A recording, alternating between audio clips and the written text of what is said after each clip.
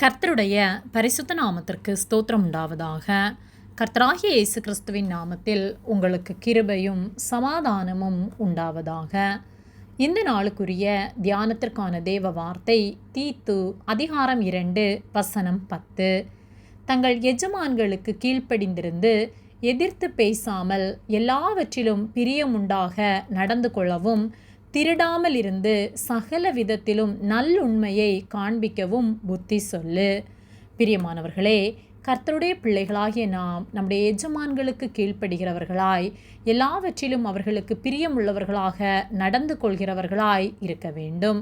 தீத்து 2:9-10 வசனங்களில் வேலைக்காரர் நம்முடைய இரட்சகராகிய தேவனுடைய உபதேசத்தை எல்லாவற்றிலும் அலங்கரிக்கத்தக்கதாக தங்கள் எஜமான்களுக்கு கீழ்ப்படிந்திருந்து எதிர்த்து பேசாமல் எல்லாவற்றிலும் பிரியமுண்டாக நடந்து கொள்ளவும், திருடாமலிருந்து சகல விதத்திலும் நல்லுண்மையை காண்பிக்கவும் புத்தி சொல்லு என்று சொல்லப்பட்டுள்ளது.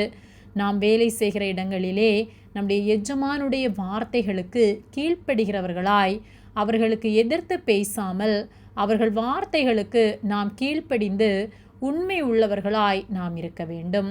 கர்த்தராகிய இயேசு கிறிஸ்து அதையே நம்மிடம் எதிர்பார்க்கின்றார். அவர் நம்மிடம் பரிசுத்தத்தை எதிர்பார்க்கின்றார். நாம் எங்கு சென்றாலும் பரிசுத்தத்தை காத்து கொள்வதற்கு தவறக்கூடாது. நாம் வேலை செய்கிற இடங்களிலே தான் அதிக நேரம் நாம் செலவிடுகின்றோம். அங்கு உண்மையுள்ள வாழ்க்கை வாழாமல் மனிதனுடைய முகத்திற்கு வேலை செய்கிறவர்களைப் போல காண்பித்து உள்ளுக்குள்ளே நாம் பொய்யாய் நடப்போமானால் மனிதன் அறிய மாட்டான். ஆனால் கர்த்தர் அதை கண்ணோக்குவார். அவர் உள்ளிந்திரியங்களையும் ஆராய்கிற தேவன். ஆகவே நாம் பிறரை ஏமாற்றாமல் எல்லாவற்றிலும் உண்மை உள்ளவர்களாக வாழ்வோம். நாம் நம்முடைய எஜமான்களுக்கு பிரியமுண்டாக நடந்து கொள்ள வேண்டும் என்று வேத வார்த்தை சொல்லுகிறது. அப்படியானால் அவர்களுடைய வார்த்தைகளுக்கு கீழ்ப்படிந்து அவர்கள் தருகிற எல்லா வேலைகளையும் பொறுப்பாக சந்தோஷத்தோடு முறுமுறுக்காமல் செய்து அவர்களை பிரியப்படுத்துகிறவர்களாய் இருக்க வேண்டும். சிலர் எஜமான்களிடம் முகஸ்துதி செய்து, பார்வைக்கு வேலை செய்து, பொய்யாய் வாழ்ந்து பிறரை பிரியப்படுத்துவார்கள். அப்படி இராமல் உண்மையாய் நாம் வேலை செய்து நம்முடைய உண்மையை பார்த்து அவர்கள் பிரியப்படத்தக்க வாழ்க்கை நாம் வாழ வேண்டும். ஒருவேளை நாம் உண்மையாய் வேலை செய்தும் அதற்கான பலன் கிடைக்காவிட்டாலும் சந்தோஷத்தோடு வாழ்வோம். கர்த்தரிடத்திலிருந்து அதற்கான பலன் நிச்சயமாக கிடைக்கும். அதே போல நாம் திருடாமல் இருந்து சகல விதத்திலும் நல்லுண்மையை காண்பிக்க வேண்டும். நாம் வேலை செய்கிற இடத்திலிருந்து எந்த ஒரு பொருளையும் நாம் எடுக்கக்கூடாது. நம்முடைய பிள்ளைகளுக்கென்றோ அல்லது வீட்டின் தேவைகளுக்கென்றோ சின்ன சின்ன பொருட்களை கூட நாம் எடுக்கக்கூடாது. அப்படி எடுப்போமானால் அதுவும் திருடுதான்.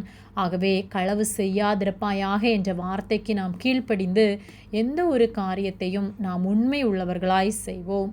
பரிசுத்தத்தை காத்து கொள்வோம். கர்த்தர் உண்மை உள்ளவராயிருக்கிறார். அவர் நீதி உள்ளவர். அவர் பொய்யுரையாத தேவன். ஆகவே அவருடைய பிள்ளைகளாகிய நாமும் உண்மையுள்ளவர்களாய் அவருக்கு பிரியமாய் வாழ்வோம்.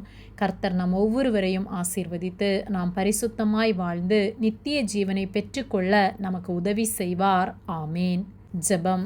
எங்களை அதிகமாக நேசித்து வழிநடத்தி வருகிற எங்கள் அன்பின் பரிசுத்த பிதாவே, இந்த நாளையும் நாங்கள் காணும்படியாக நீர் எங்களுக்கு ஜீவனை தந்து தயவு பாராட்டி எங்களை பாதுகாத்து பராமரிக்கிற உம்முடைய அன்பிற்காக நன்றி செலுத்துகின்றோம்.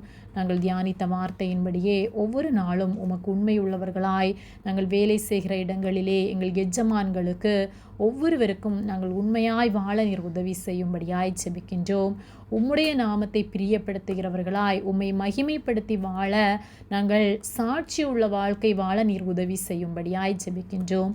எங்களை தாழ்த்தி ஒப்பு கொடுக்கின்றோம். இயேசுவின் நாமத்தில் ஜெபிக்கின்றோம் பிதாவே. ஆமேன். கர்த்தர் உங்களை ஆசீர்வதிப்பாராக.